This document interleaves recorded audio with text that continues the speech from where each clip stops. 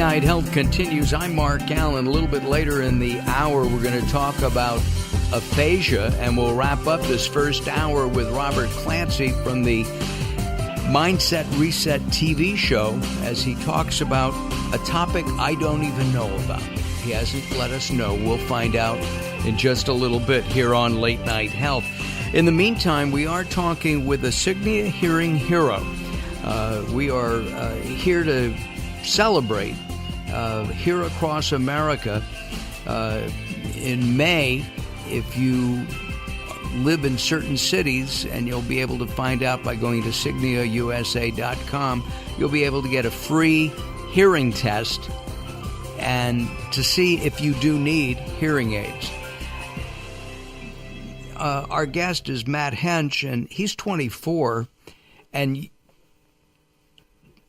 living as somebody who is hard of hearing without hearing aids until a year ago or so.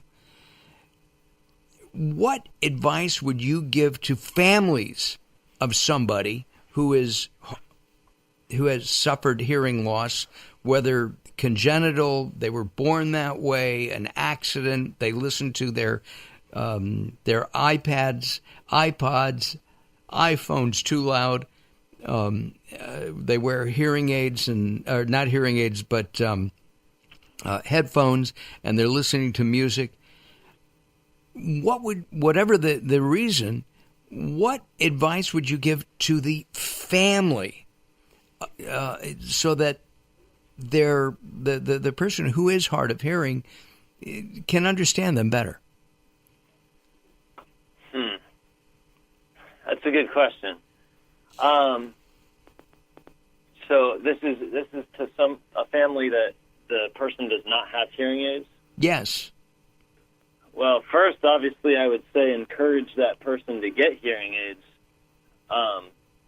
because it's just going to make the communication a lot better between everybody, and it can really cut down on like the stress and disagreements of relationships just because they're hearing better. Like, communication's definitely a pivotal role in all relationships, and without being able to communicate, there's just going to be problem after problem. So first, I'll just say, go get them tested. Like you said, the free testing, go take advantage of that. There's no harm in that. And I think once somebody tries them on, that they're going to be really likely. So just get in the door and just give it a shot, and encourage the other person in the family to get in the door and give it the shot. No, absolutely. But there are other things. For example, if you have a 2-story house, right?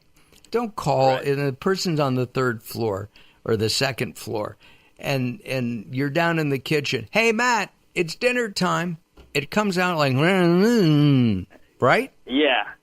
So definitely, if you're living with somebody like that, make sure, I'd say, be in line of sight, because my mom has done that to me many, many times, and it's frustrating. So you want to be loud, you want to be clear, and you want to make sure there's not a lot of cacophony around. So especially if the TV's on or radio's on, you're going to want to maybe turn that down first. And then you can turn the TV down, but never turn the radio down, because Late Night Health is on the radio, okay? That's right. Wait till after Late Night Health is done, and then have your conversation. Exactly. My wife and I have the same conversation a lot. It's got to be line of sight, and even with the hearing aids, because they've improved my hearing dramatically, but they're not 100%, like glasses. Right. Can correct your eyes to 20/20, but hearing aids don't. And you still need to take into consideration the frustration of being hard of hearing. And I know it's frustrating when you say, hey, Matt, come to dinner, and you say it 6 times. By the time you say it the 6th time, it's, Matt, come to dinner, won't you? And right? And correct, yeah. Got it? And it would be so much better if your mom came into your room and said, got your attention, tapping you on the shoulder, walking in, whistling, saying something so you're not startled, and saying, hey, Matt, it's dinner time. Come on down. Corned beef is on. Yeah. So something like that. And I think that's really important. As frustrated as the family member might be, the frustration level of the person who is hard of hearing is astronomically much, much more. Would you agree with that? Yeah, I would agree with that. Definitely. I think that, things need to be clear to prevent that. So, get close, have the conversations, and it's just going to help all over. Matt, thank you very much for joining us and sharing your story. We really appreciate it. I think there's a congratulations to you, too. Thank you. Isn't there? Don't you have There is, yeah. I just got engaged. Yeah. Okay, 24. Good time to do that.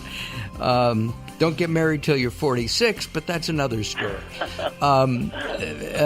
Check out signia-usa.com, signia-usa.com, or go to latenighthealth.com. There are many links to Signia and also Bright Here for those in the Southern California area.